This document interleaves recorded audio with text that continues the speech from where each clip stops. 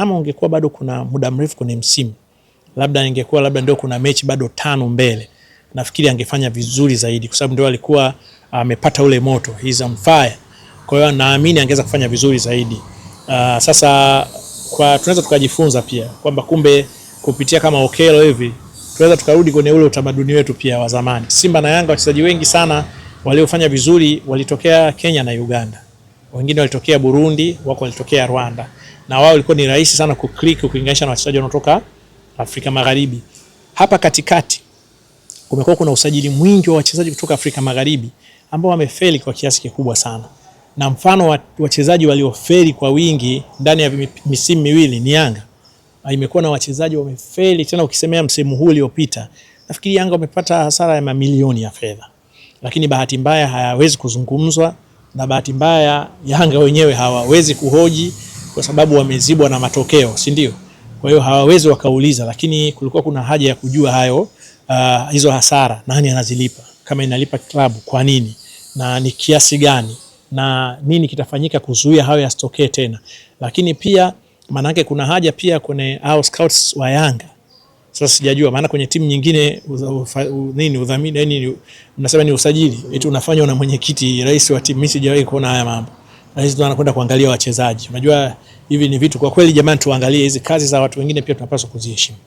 Kwa hiyo kuna haja ya kuwa na scouts wale wa uhakika, lakini wakapita kwenye nchi hizi za karibu kwanza, ambazo wachezaji pia hawapati shida kwenye swala la kuadapt mazingira, ili wakaweza kufanya vizuri, kwa sababu bado kuna wachezaji wengi toka Burundi, Rwanda na karibu hapa kwenda kuchukua wachezaji wa magharibi ambao wanakuja hapa wanashindwa kufanya vizuri na mwisho wanakuwa kichekesho.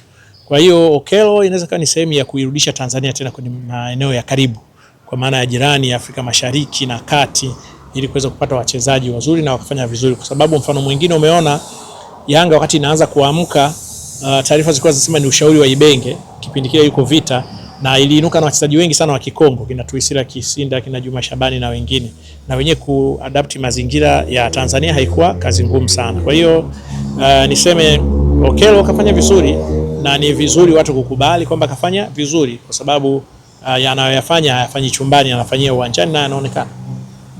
Fadlu Davids amewahi kucheza kufundisha Simba, lakini pia kwa mafanikio makubwa anatajwa kurejea Tanzania, lakini safari hii anaenda kuwatumikia wananchi Young Africans. Yanga kumchukua Fadlu Davids, kwa maoni yako yapoje? Lakini unaona ni hatua nyingine ambayo Yanga wanaenda kuiboresha kwenye benchi lao la ufundi? Mimi nimesikia. Bahati nzuri sana mimi nilisikia kutoka Rabat, Morocco, muda mrefu kidogo, kama wiki 4 nafikiri zimepita. Kwanza kabisa sikuamini, lakini kadri siku zinavyosonga mbele naona taarifa zinazidi na zinaenda zinaongezeka. Inaweza ikawa kweli, lakini mimi nimepata bahati ya kipindi fulani nilikuwa niko Egypt kwenye mikutano hii ya watu wa media ya CAF. Tulivomaliza Simba wakawa wako camp kule Ismailia na Cairo, ni kama tuseme Morogoro. Kwa hiyo tukachukua gari, mimi na rafiki yangu mmoja, tukaenda kule kukaa siku 2 kuangalia mazoezi ya Simba. Ndio Fadlu kipindi kile amekuja. Ni one of the best and professional coach kwa aina yake ya utendaji pamoja na timu yake. Lakini kwa mimi sasa ninavyoona type yake ya ufundishaji na uchezaji kama haiendani na Yanga tena. Yaani unajua kila mtu anaweza kawa na maoni yake. Ndio maana mimi na predict kama atakuja Yanga, sidhani kama atakuwa na muda mrefu sana. Aina ya uchezaji wa Yanga na aina ya uchezaji wa Fadlu ni tofauti sana. Ni timu ambazo naweza nikasema sijui niseme kocha gani umpeleke aende Simba. Kocha anayetaka tofauti na vile. Kwa hiyo kama anakuja achaje, tuendelea kujifunza zaidi, na ni jambo zuri kama Yanga watakuwa waliona Simba walikuwa na kocha bora na wao wanaweza wakamtumia, na wala sio jambo baya kwenye mpira. Ndio sehemu hivi, kama mchezaji huyu anaweza kawa Simba kesho kawa Yanga, kama labda ukaja ukasikia Pacome alikuwa Simba Yanga, leo yuko kama ulivyosikia Chama alikuwa Yanga akaenda alikuwa Simba akaenda Yanga then karudi. Kwa kwenye mpira ni jambo la kawaida. Aziz Ki pia anataja kusaini Yanga, na juzi alikuwa kwenye mchezo kati ya Yanga na TRA, alikuwa juu na tajiri Garib Said Mohamed na rais wa Yanga. Taarifa zinasema Stefan Aziz mwakani kwa wananchi. Sasa hapo Garib kahusika nini kwenye usajili? Sio, anasema Garib ndo amemrudisha Aziz Ki Tanzania. Basi mimi nilikuwa najua Garib, yani GSM ni mdhabuni wa uwanja. Kwa hapo ndo nilikuwa nachanganya mambo. Kwa hiyo kumbe anaweza kurudisha na wachezaji. Kwa Garib ni mdhamini, ni mmiliki au ni mzabuni? Anasimama kwenye pati zote, ni mdhamini, ni mmiliki. Mmiliki hayupo. Hii hebu umetoa. Hii tumetoa. Anakuwa ni mdhabuni wa jezi za Young Africans na mdhabuni wa uwanja. Lakini pia anakuwa mfadhili. Mfadhili si anatoa pasipo kuwa na mkataba, yani anaamua tu kusaidia. Niliwahi kusikia Yanga inadaiwa, lakini sijajua hilo, talifuatilia na wenyewe. Lakini tukirudi kwenye hoja yetu ya msingi, Aziz Ki ni mchezaji mzuri, lakini ningekuwa mimi mshauri wa Aziz Ki ningemwambia songa. Kwenye football sometimes unaweza kurudi vitu vikakataa, upate bahati kirudi vitu vikakubali, lakini Aziz Ki ni mchezaji ambaye akirudi atakuwa hana sababu ya kuprove, si ndio? Kwamba tunajua ni mchezaji mzuri, lakini hawezi kujua saa zingine ametoka hapa, nafikiri kaenda Morocco, baada ya Morocco amekwenda Libya. Hata mimi nilikutana naye mara ya mwisho ndio anakwenda Libya, akiwa hata habari hazijasagaa, akaniambia bana, mimi naenda, nimepata team Libya, kwa hiyo nitasaini kesho kutwa. Nikamwambia basi poa, kila laheri. Sasa ni mchezaji mzuri, lakini hatuwezi kujua kama akirudi atakuwa ni yule yule tena, na kama atakuwa yule yule maana yake atakuwa toa msaada mkubwa sana kwa Yanga, na ukiangalia kuna pati yake ilikosekana.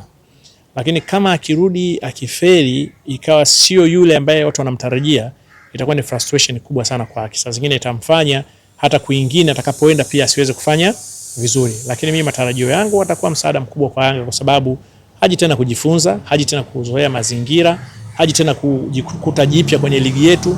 Badala yake ni mtu ambaye atakuwa anatambua kila kitu nini cha kufanya kutokana na anachokutana nacho. Jembe, umekuwa na kauli yako unasema Simba na Yanga ni tunu katika taifa hili. Young Africans wanaelekea kwenye uchaguzi wao mkuu ambao kwa taarifa unafanyika mwezi wa 8. Lakini hii Julai yote itakuwa ni kampeni, lakini fomu wagombea wameshaanza kuchukua fomu. Unaenda kuambia wanachama ambao ndio wanaenda kupiga kura, japokuwa hawaendi wote, watakuwa na wawakilishi wao 5 kwa maana kutoka kila tawi, mwenyekiti, makamu yake, katibu na wajumbe 2. Kwa kila tawi itakuwa linatoa watu 5 kwenda kumchagua rais wa klabu yao, makamu wa rais na wajumbe 5 kutengeneza ile kamati ya utendaji wa Young Africans. Unawaambia nini wanachama wa Yanga ambao ndio wenye dhamana ya kuhakikisha wanamchagua kiongozi wao? Kwanza nani na nani wanagombea? Watu wengi wanagombea, lakini umeshawajua? Wengine wameenda kuchukua kimya, wengine wameenda kuchukuliwa fomu, wengine bado wanakataa, wanasema muda bado, lakini dirisha la fomu liko wazi. To be honest, mimi ndio nimesema kweli. Yani mimi sioni hata kama kuna huo uchaguzi. Yani ukikaa ukaufikiria na kutafakari, kwangu mimi naona ni uchaguzi wa maneno, lakini kiuhalisia hali ni ile ile. Kwa unaungana na Abbas Talimba? Abbas Talimba alisema hivyo. Talimba nilimfanyana interview juzi, akasema haina haja ya uchaguzi kama tunaye rais na ana maono, tunapaswa kwenda naye. Hayo ilikuwa ni maoni yake Abbas Talimba. Ni maoni mabaya sana. Yaani kwa sababu Talimba ni kati ya wenyekiti wa mwanzo wa Yanga. Na mimi namkumbuka kwa sababu kipindi kile tulikuwa tukisigana, mimi nilikuwa bado mdogo. Yeye akiwa pale kwenye ofisi ya mikopo kubahatisha, akiwa mkurugenzi pale. Mara nyingi tulikuwa tukienda ofisini kwake pale, nilikuwa nazozana naye sana. Kwa sababu mimi pia napenda kunyoosha maneno. Na saa zingine yeye alikuwa kipindi kile na ugomvi na kina Mzee Mzimba, ambao yeye aliwapa jina moja ya Yanga Machuma kwa sababu ofisi zao zilikuwa pale gerezani kwenye Machuma. Na ulikuwa ukienda kuchukua story kule ukirudi kwa Talimba huko hataki kukupa story. Anasema ulienda kwa watu Machuma kule kapata story zako kwa Machuma. Nafikiri miaka 2004 2005 kama sijasahau, wao 2002. Lakini lazima uchaguzi ufanyike. Rais ana maono, lakini bado watu wanapaswa kugombea. Na wana Yanga wanapaswa kuingia. Na kuwe kuna fair. Kwa kuangalia marais wengine, kwa sababu wakati mwingine kwenye uchaguzi na kuaga hivi, wanapotokea viongozi wanaokuja kugombea ambao walikuwa hawafahamiki, Afrika tokea labda wameshindwa, kwa viongozi au kwa wanachama au kwa wanayanga, ni rahisi pia kuona kwamba kuna watu fulani ni watu wazuri wanaweza wakatusaidia hata kwenye kamati za utendaji.